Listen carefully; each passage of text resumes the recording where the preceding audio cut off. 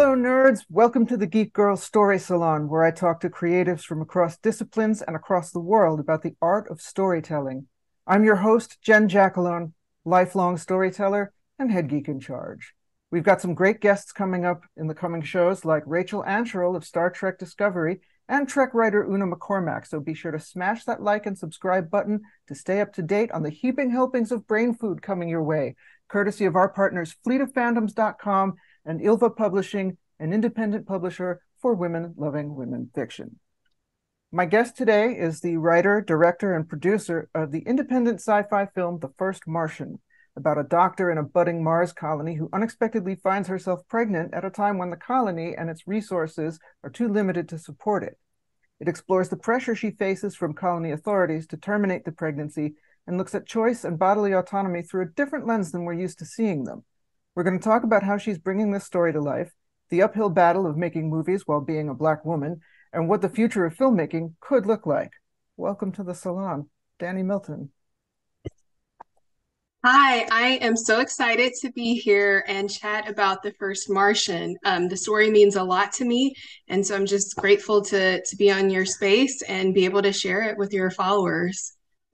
Yeah, well, when you guys first announced this film, you saw a really intense reaction that people really wanted this story and were really interested in what you were doing. So give us a little more about the story. What about, you have Dr. Eva, your heroine, but, what about Dr. Martha and how we're supposed to view her? And Yeah, so Dr. Martha sees herself as the protector of the Eden colony. So she's the administrator, so she is highest in the chain of command, reporting back to Central Command on Earth. So the colony is hers to manage. She's ultimately responsible for it. And so what she thinks about on a daily basis is that Mars is not inherently habitable for humans, right? There's no oxygen, it's 80 degrees below 0 Fahrenheit. It's dangerous to be there, and she's responsible for over 200 lives about 2 years into a 10-year master plan. So that's a lot of pressure to be thinking about on a daily basis. So every day she's waking up and thinking, how do I keep my astronauts? How do I keep my scientists? How do I keep all of the other workers here alive?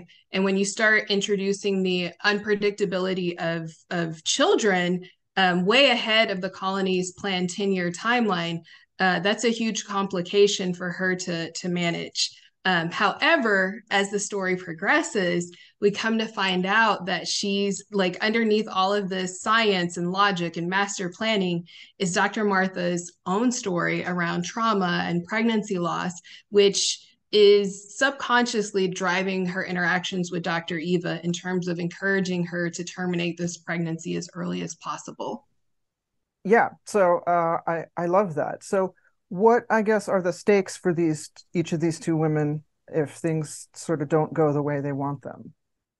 Yeah, so for Dr. Eva, she's 48 years old in the story, never been pregnant. So this is a first time pregnancy for her, unexpected, but I'm sure going through her thoughts are, oh my God, I'm pregnant, didn't expect this. This could be a good thing. Let's see it out as far as it can go. Because she may not have that opportunity again, even though it is under less than ideal circumstances. It's Mars. Who knows how kids will develop on Right. Mars.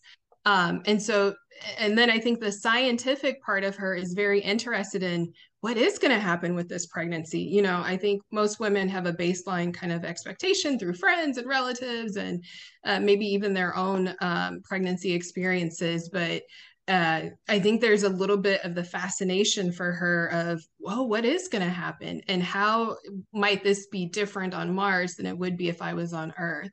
So I think the curiosity, the possibility of not having possibly not having this experience ever occur again due to her age, I think she's in it for the long haul. Like she is not backing down. And so for Dr. Martha, she's faced with probably her first true crisis on Mars. And it's not because an oxygen system has failed. It's not because an asteroid has crashed into part of the colony.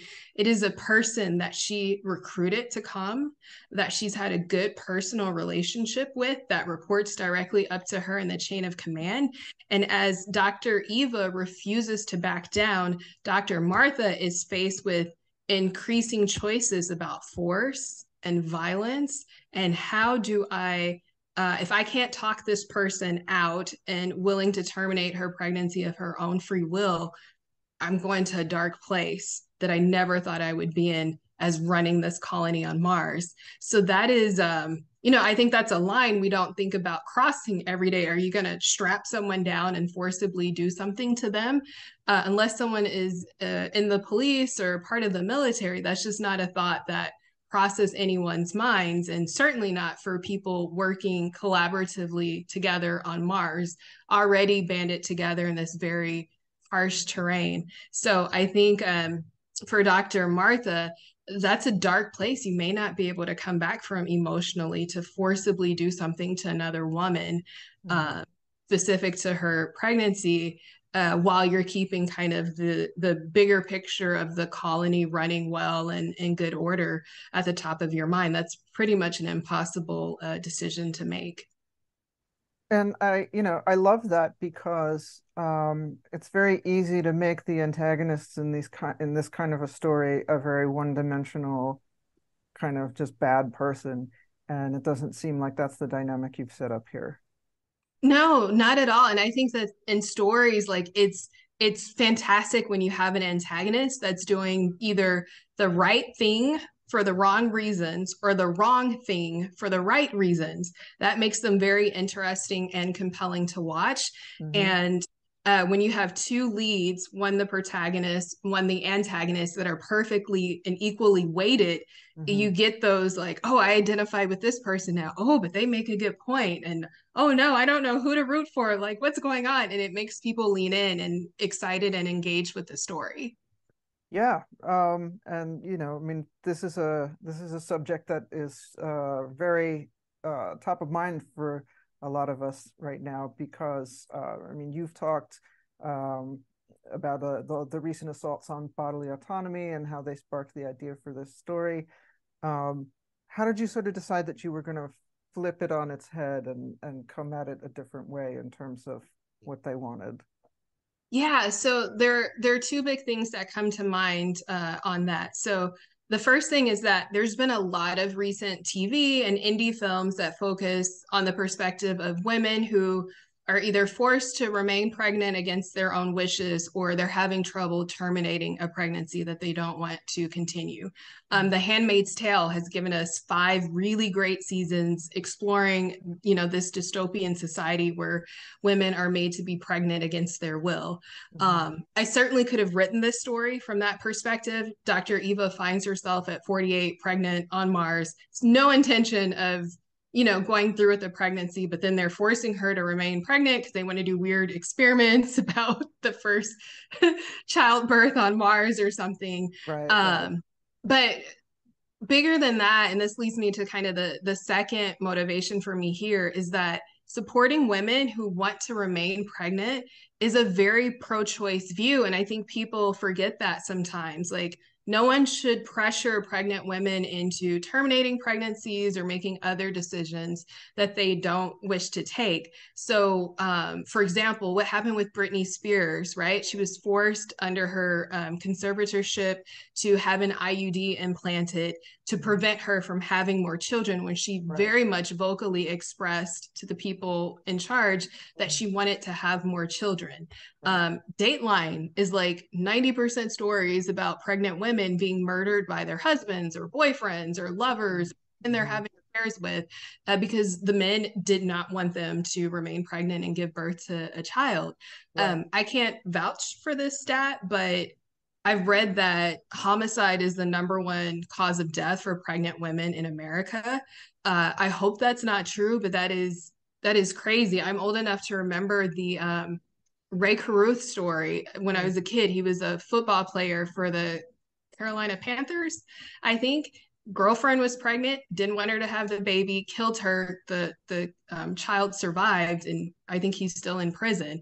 So it's a pro-choice issue, you know, this high rate of violence against pregnant women. And so overall, with this story, what I wanted to say is that we have to support women no matter what choices they want to make about their pregnancies, whether it's keeping them or terminating them. The ultimate decision rests in the hands of the woman. Right. Yeah, I mean, it all falls under the heading of bodily autonomy, and you know we're seeing that even being meddled with in other places too, right? Like, you know, in Florida, they're making it harder for trans people to get hormone replacement therapy and stuff like that. So it's like, you know, well, okay, so where does this stop, right? Yeah, and that's the choice that we're looking at in the story. Like Dr. Eva is entrenched. She's barricaded herself into her pod. She has control of the colony's AI system.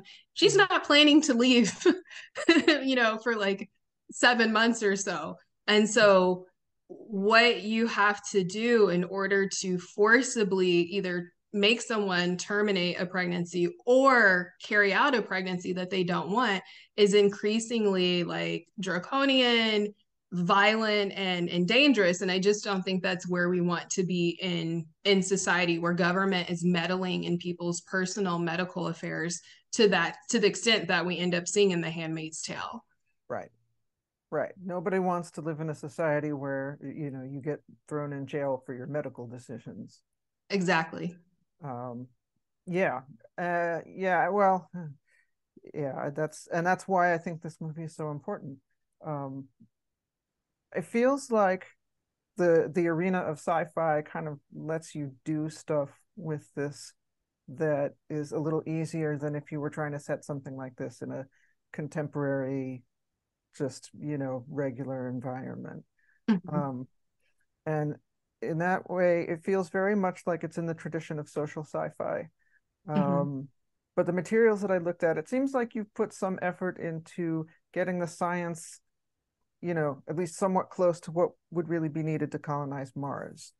So how hard is the sci-fi, I guess?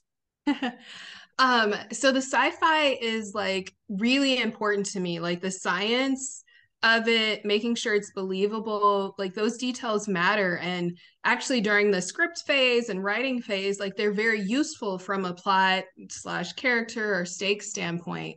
And so during the mid stretch of the story, there's like a sustained debate between Dr. Eva and Dr. Martha about the science of a child born on Mars. Mm-hmm. So Mars has much lower gravitational forces than on Right. Earth. So every day we're walking around Earth, we're doing a lot of work with our muscles and bones, Mm-hmm. just fighting against gravity. Mars doesn't have that same level of gravity, and so there's a real question around if a child born on Mars could ever even come back to Earth or return to Earth with their parents. So there's like this sustained discussion back and forth and talking about all of these outcomes. And like that's really important, right? That's the stakes of the story. And that's a very uh, detailed consideration that Dr. Eva needs to take into account in terms of how to move forward with her pregnancy. And then from a filming standpoint, the science is incredibly helpful to the world building. Mm-hmm. For my crew, like our production designer, our costume designer, they need to understand like what materials would be available on Mars in 50 years in a zero waste environment, right? We're not going to take our shitty like pollution habits from Earth and take them to Mars. We're going to, Right.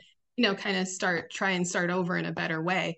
Mm-hmm. And so we all want to do, like on this film, we all want to do the best job that we can, but within our budget constraints. And for me personally, there's nothing worse than seeing poor research, like in a film or a TV show. It just takes you out of the story. So I was watching something recently. It's like set in 20 AD, in within the Roman Empire, and a Mm-hmm. character mentions a scarf from Nepal, and I was like, did Nepal exist back then and with the same name? And so then I had to pause and like go get on Wikipedia and, you know, and I just, you know, became uninterested in continuing to watch past that point. So all of that said, for these reasons, we decided to bring on a science advisor, and we'll be announcing that really soon. And Awesome. just an early conversation that I had, I was like, hey, we want to know like what textiles would be available. Like you can't, Mhm. ship all that stuff to Mars. And the woman I was speaking with was like, ooh, there's really exciting things happening with mushrooms right now. So I'm like, oh, perfect. Good to know. Wow. I did not know that. Yeah, I guess mushrooms are fibrous, so you can, make lots of things out of them. Yeah. Wow. Yeah, I mean, it's interesting too because, I don't know if you are a fan of The Expanse, but they're very good about the science and they address the gravity issue a lot. Mm-hmm. Where you have people that are like the Belters living out, where there's like really not as much gravity, like they develop deformities and stuff like that because of that lack of gravity. So that's a very interesting sort of factor to bring into play with with this pregnancy, which is just full of unknowns. Mm-hmm. Yeah. Um, so who are the filmmakers and writers that influence you as you're working on this? Yeah, so that's a little bit of a tough question because our story sits in such a unique space. It's really a drama hiding within a sci-fi setting. So it's Mhm. much more like a courtroom drama as each side presents their case, kind of back and forth to try and convince the other. And then the balance of power is constantly shifting as the story evolves. So from a writing perspective, not a whole lot because sci-fi tends to fall within, oh, there are evil robots, there are clones, there's a dystopian empire, and there's just not a lot from a writing standpoint that I could use from there. It's just more traditional drama. But in terms of production, look and feel, it's funny that you mentioned The Expanse because that has been a really helpful reference point for us because it feels very near future, right? People aren't teleporting. There's not a lot going on with like alien races, though there's the whole proto molecule Yeah, yeah. uh, subplot there. But looking at that world, it's recognizable. Like the phones may be clear and a little bit different, but you can recognize that those are communication devices. So that's pretty similar to what we're trying to tackle here. So I have a lookbook for my crew to kind of show each department Mhm. what what the look and feel should be for the film, and the expanses all over it, just little reference things. Oh, here's a plant wall, here's this, here's an Mhm. example of doors that slide, and so forth. Mhm. Yeah, it's sort of like that 5 minutes into the future kind of Mm-hmm. thing, where it's like you can see where what we have might develop into that. And yeah, I'm a big fan, if that wasn't obvious, of that whole approach and aesthetic. Mm-hmm. Um, so I have to ask, because as a creator, I've sort of had to deal with this myself.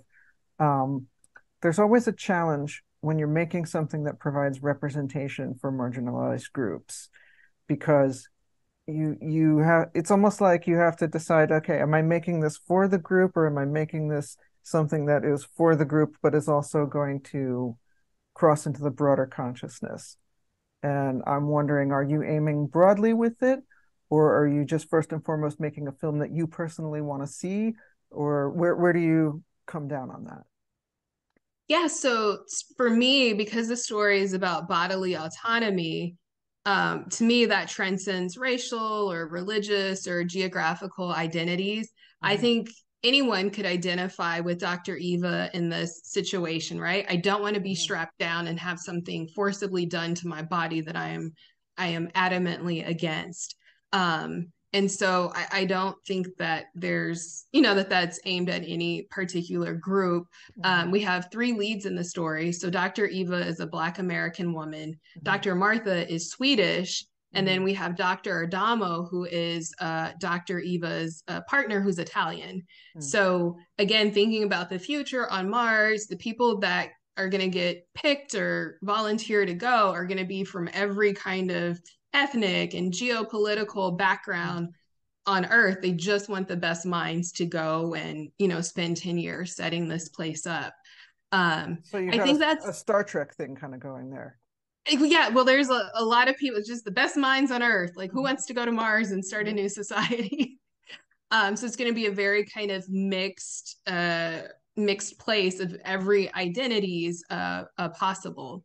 Mm-hmm. I think that representation question is really interesting because it's one that's often asked of us as women, and then also asked of people of color. And so Woody Allen, for example, I think he's only had white leads in his films, but there's never a thought or question that, oh, is he only making art for white people? Like, we tend to associate, some people are asking that, but from a general consensus, people tend to see white stories, or not even white stories, but art that features white characters as universal, and then things that have stories that have people who are queer or black or Muslim or what have you, then those become very niche stories, and somehow the overall story doesn't seem universal.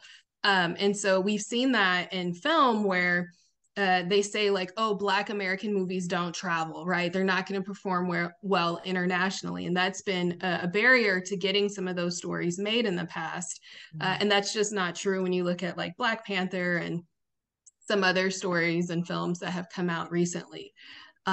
With that said, though, I do think Dr. Eva being Black does give some important context or subtext to the story.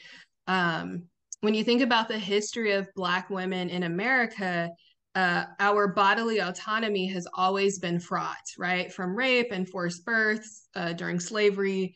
You had eugenics and forced sterilization in the early 20th century. And then today we have a serious maternal mortality crisis with Black American women. Black women are 3 times more likely to die during childbirth and the postpartum period than other racial groups in America, simply because, they are not listened to. At pregnancy, something feels wrong. I'm in pain. I don't feel right. We're often ignored and dismissed or assumed to be drug seeking or just being difficult and so forth. And there's no amount of wealth or privilege or class. You could be a billionaire and still have a poor outcome as a pregnant Black woman in America. And so, there's some real societal inequities that are present there that I think provide some important subtext to this. It's kind of like the police car showing up at the end of Get Out, right? Depending on what someone's experiences have been with the police, they're either like, oh, thank God, the police are there to save him, or they're like, oh no, right? So it's not, right. So depending on what your background is or your lens as an audience member, that can provide certain subtext to complement what you're watching. Right. It will hit differently Mm-hmm. for someone whose cultural experience and generational experience has been different. Yeah, exactly. And that's, and that's the thing. I mean, I think that I don't think that a story necessarily has to be a niche story just because the lead character is from a marginalized group. Mm-hmm. I have a script myself that the lead characters are 2 lesbians of color and they're running around Mexico City, and it's just a good action story. Mm-hmm. And of all, I have whatever half a dozen scripts, but like that's the one that's getting the most traction Mm-hmm. because it's just a good story. And I mean, whatever, I may never get money behind it, but there's something to that. It's like, no, this can just be a story for everybody.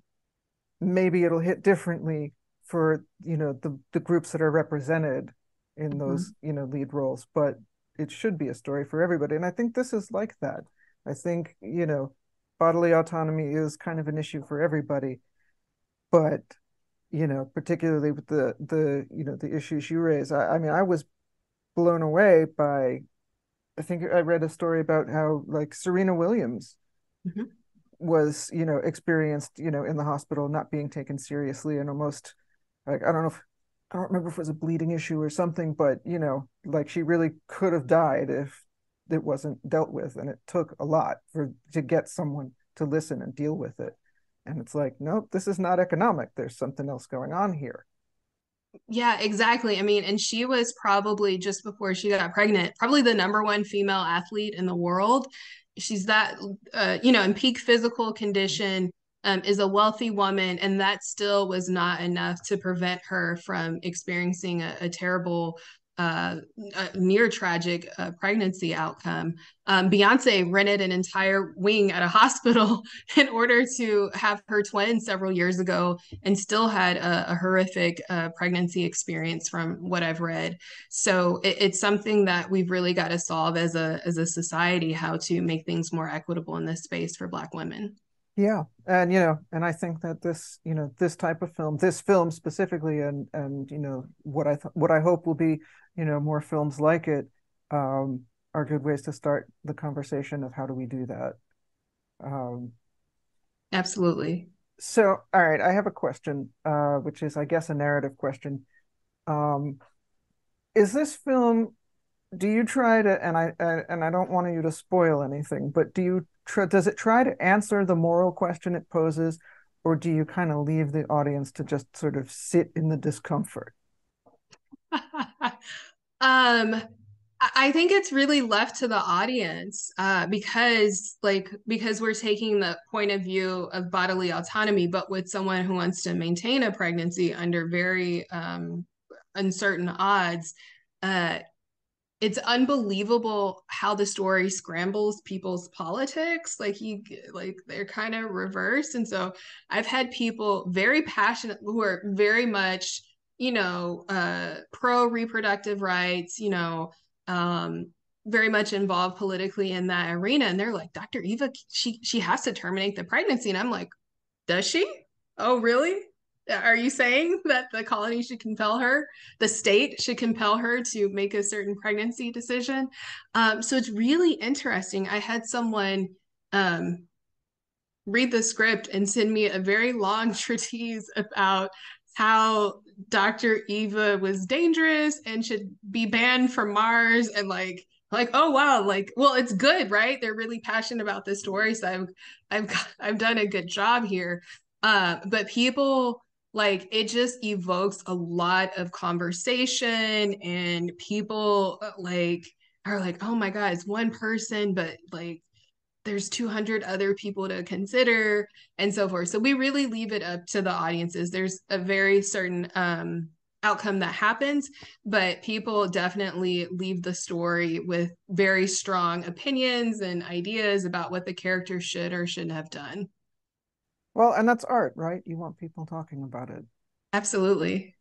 If they're not talking about it, it's almost like we didn't do our jobs. Yeah, like no reaction is the worst. I'd rather you have a passionate reaction other than, that's yeah, that's not okay.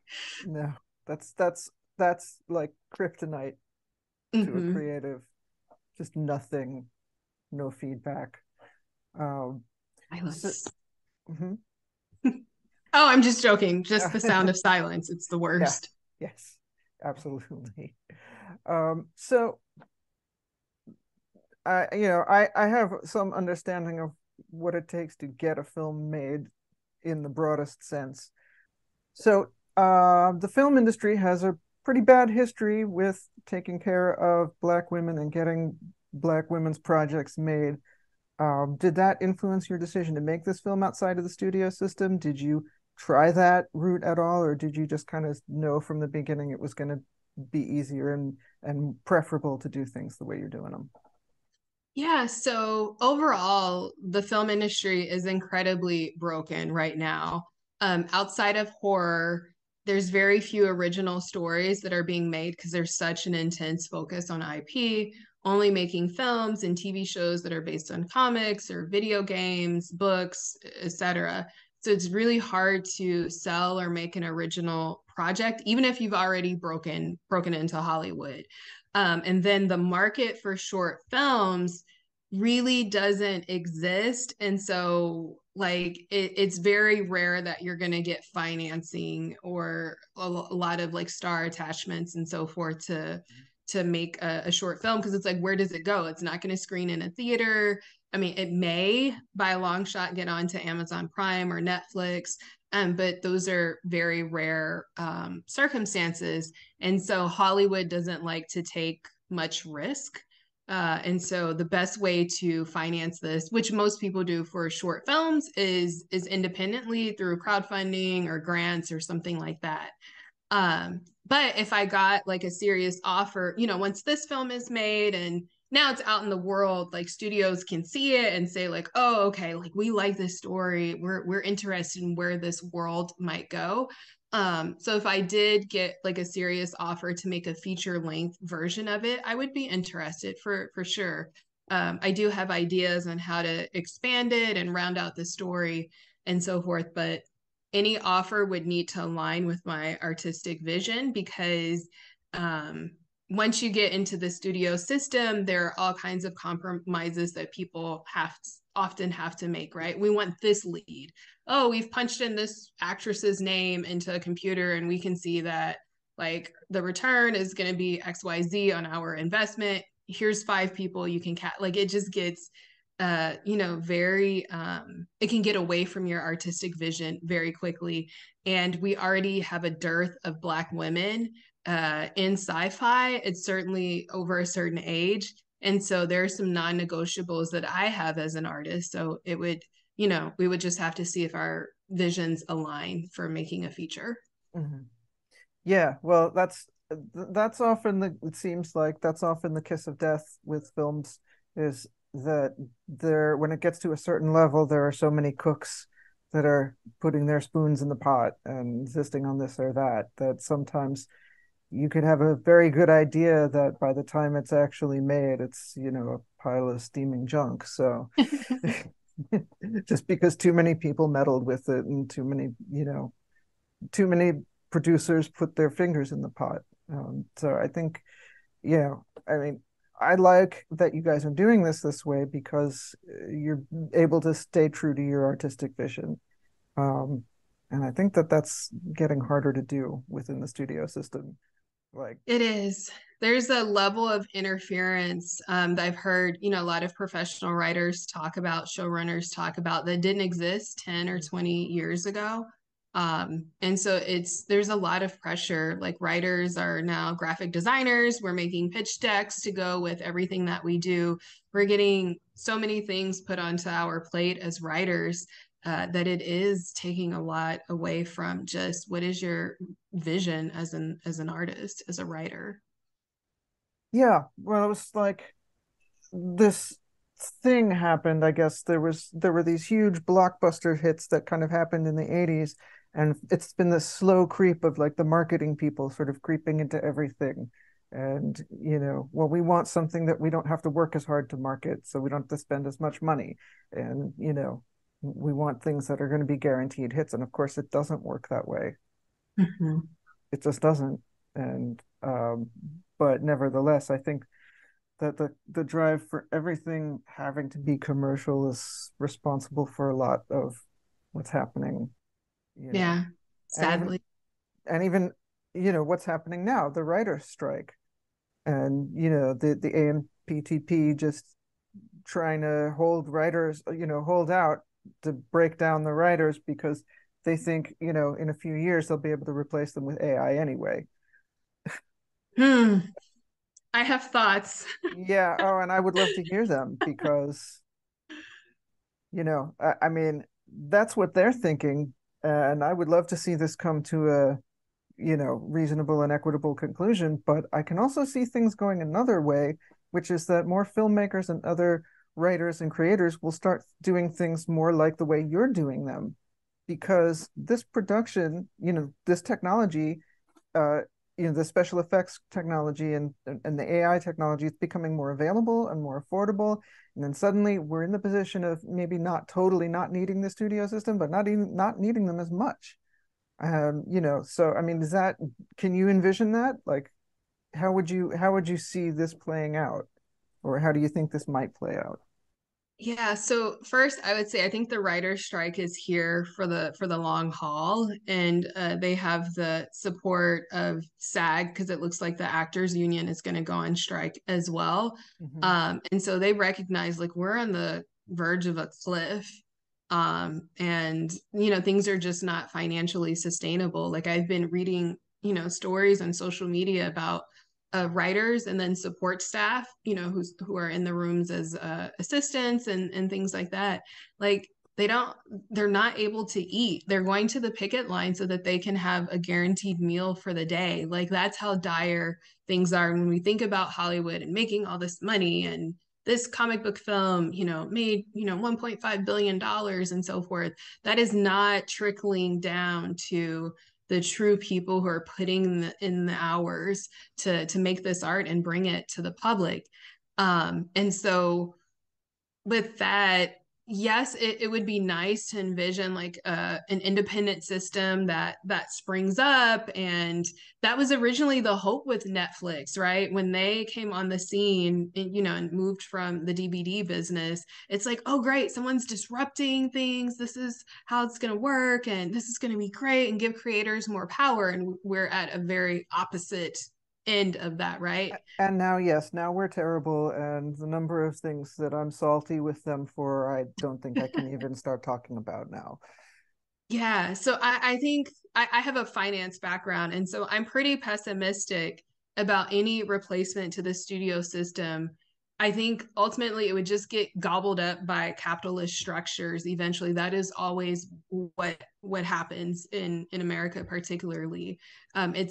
It's very rare that things can just exist in a comfortable background without someone seeing an opportunity to make more money or make things more efficient or whatnot. But I truly support the writer's strike for those fair wages and also for guardrails on AI, which you mentioned.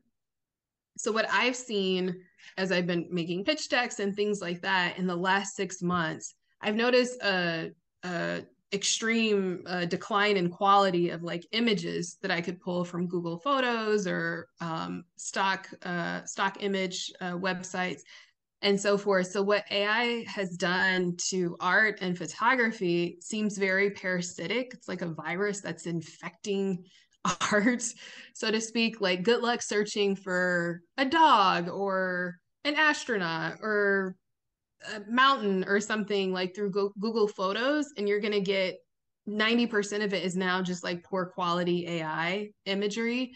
And we can't let that happen to words, right? So if we think beyond stories and films to something like recipes, right? You're searching for a recipe. Oh, I want to make French onion soup.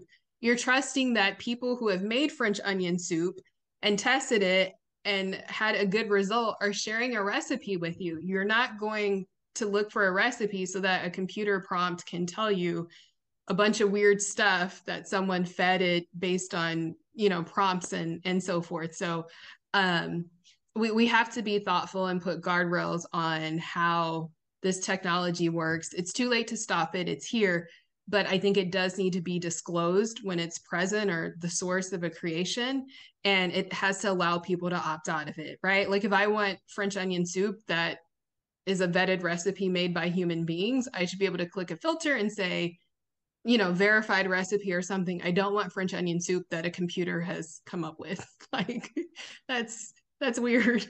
And so yeah, I think we need reasonable guardrails on AI that starts with disclosure and being able to opt out of it. Because I want to see art. I want to look for images that aren't weird AI stuff. I just want things that someone composed and put emotion into and decided to take a photograph of or create. Yep, I am in total agreement with you. And I can't say too much more about it without getting myself into trouble. So, um, I have seen indie films do crowdfund campaigns before. This is the first time I've seen a production offer the level of transparency about the process of how the film is getting made that your team is doing. And I'm wondering, do you think that this approach is particularly successful in generating interest because sci-fi fans are more curious about the how of things? Absolutely, absolutely. And the communities that we've been super transparent within they're lovely, thoughtful groups. And I knew that they would enjoy some of the sausage making because they are curious. We're having respectful conversations. People are genuinely interested. And honestly, that's the fun part of being a fan, right? Like watching all the extra features, like HBO with Game of Thrones, like that's fun. Oh, I'm gonna sit through the episode and then I get to Right. know like, they picked all the locations and stuff. Hmm. Being a fan, like it's fun to gain an appreciation on how a story came to be, or how what I saw on my screen was created and managed and put forth. So I think it's pretty cool to actually get to learn some of that up front, and then as we're talking, you can see like the real-time production decisions that we've had to make on set or something like that. So I think it's really fun just to invite people into the process because I care about the story so much. And I'm really happy to talk about it all day long with anyone who's interested. In sci-fi fans are smart, curious, and respectful in some places. And so those are the places where it's great to have those conversations. Yeah, well, I mean, I can speak for myself and some members of those groups when I say that we are enjoying it. And we do like to see how this is coming together for you. And I am very excited about this story and very excited about this production. And I want to, do my bit to see that you guys can get it over the finish line. Because I think it's really great. I think you're doing something important. Awesome. Thank you so much for having me, Jen. I really appreciate it. Yeah, well, it's my pleasure. So as we mentioned in our correspondence, part of the format of the show is a little bit of show and tell, where you share a little something with us. What have you brought to share? So I have brought The Alchemist. See if I can Mm, put that in. And okay. I just think it's a really cool, inspirational story that just has a lot of twists and turns and is ultimately about following your dreams. So I have a passage from, I believe this is still part one. Um, okay. So none of what the old man was saying made much sense to the boy, but he wanted to know what the mysterious force was. Was the merchant's daughter? The merchant's daughter would be impressed when he told her about that. It's a force that appears to be negative, but actually shows you how to realize your personal legend. It prepares your spirit and your will because there is one great truth on this planet. Whoever you are, or whatever it is that you do, when you really want something, it's because that desire originated in the soul of the universe. It's your mission on Earth.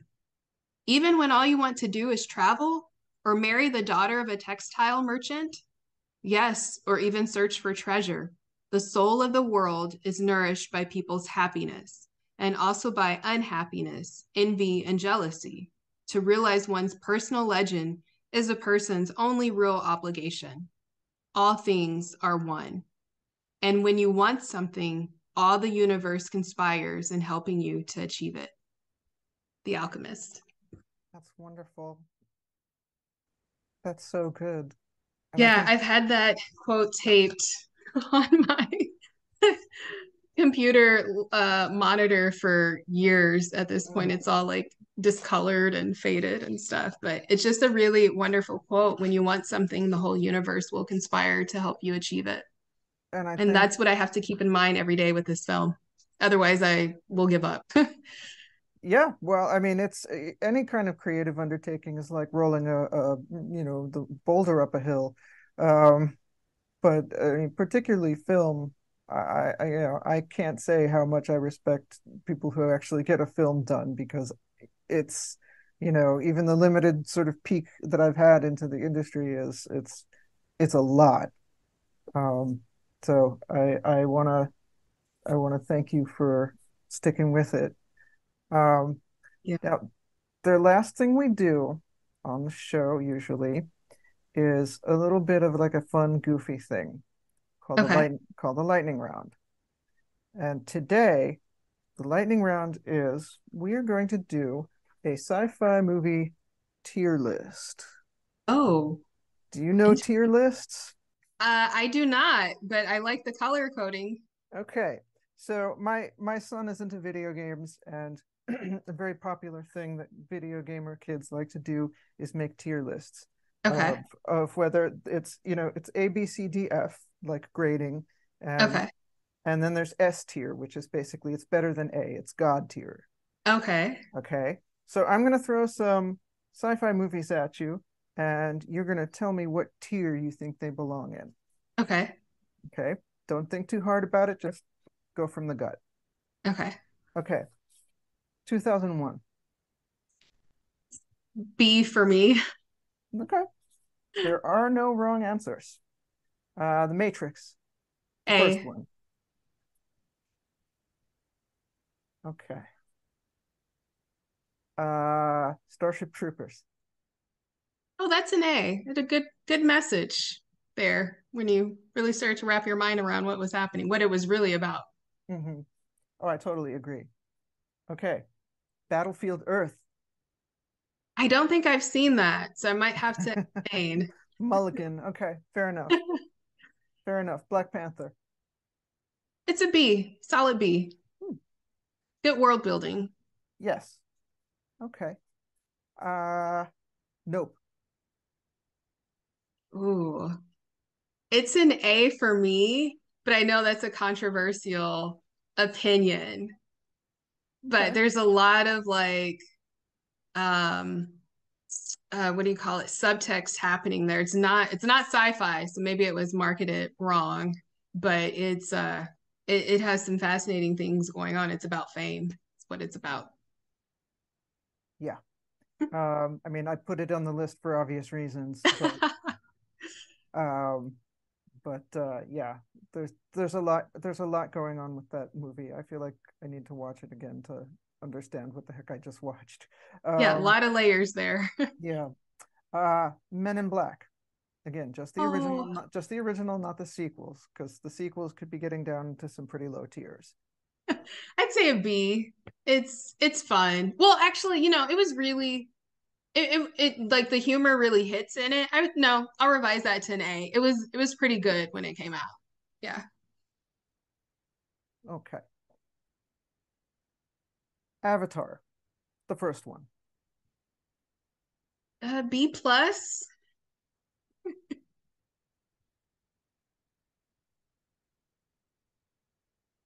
Alien.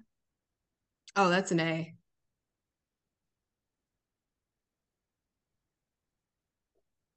Aliens. I start to get them mixed up after Alien. I think it's a solid B. Yeah.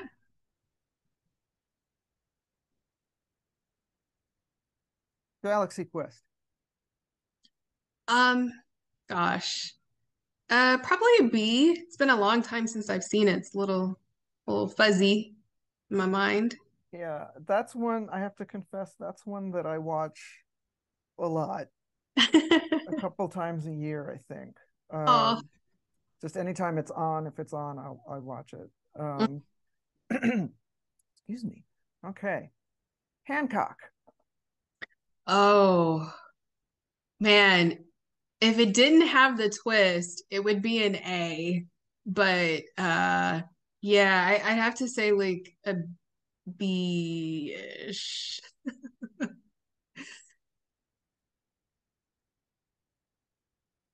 Okay.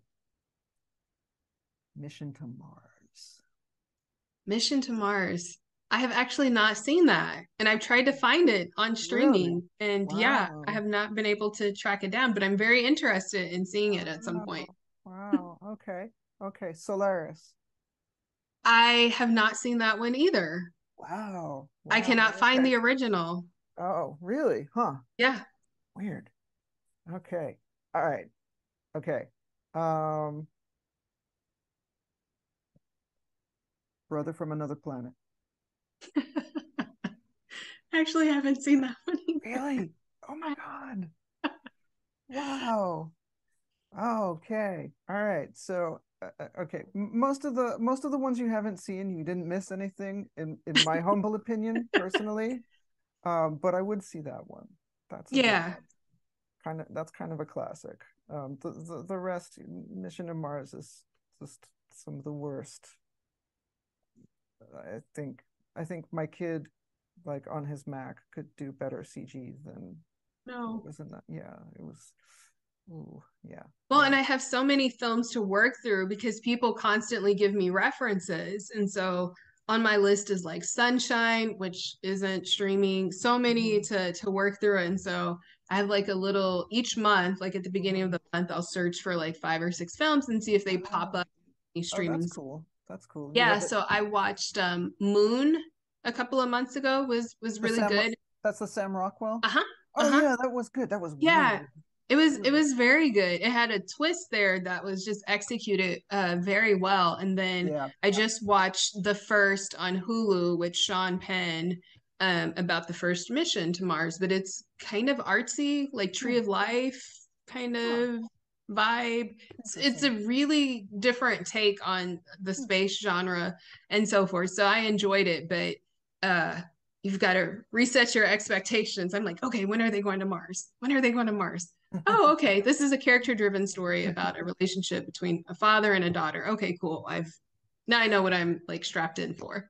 It's Gotcha. very artsy, probably the artsiest film or piece of content, TV show or whatnot about going to Mars. Okay. Fair enough. Can we talk Star Wars? Are you at all a Star Wars I am not a person? Star Wars fan. My sister is Okay. tremendously, though. Okay. But I feel like it's embedded into the public consciousness so much that I know all the beats, like I know all the references and so forth. Hmm. Star Wars and Star Trek, not my strong suits, but I love that they're so accessible and they're creating so much more content for fans. Yep, that is definitely the state of things now. All right, so just a recap. Here's our tier list. Uh-huh. I think that this is a pretty fair assessment of most of these. Okay. Unfortunately, the nothing made it into the God tier. Um, The Matrix could probably be God tier. okay, all That was right, a very well done original concept, and it still holds up. Like it does. It's people true. will reference it.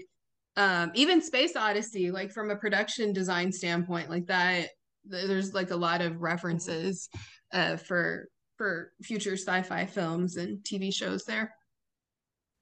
Okay, well, I think I can get behind that. Um, well, this has been so much fun. Thank you so much for coming on. I am going to sign off now. Once again, that's our show. You beautiful nerds, thanks for listening. If you're watching on YouTube, check out the link in the description below to learn more about The First Martian and support getting it made. If you're listening on Apple Podcasts or any of our other podcast platforms, you can support the project on seedandspark.com/The First Martian Film, and there's hyphens in between those words. As ever, the Geek Girls have all the goodies for you. So for best results, insert in brain. Take care, take it easy, and stay geeky.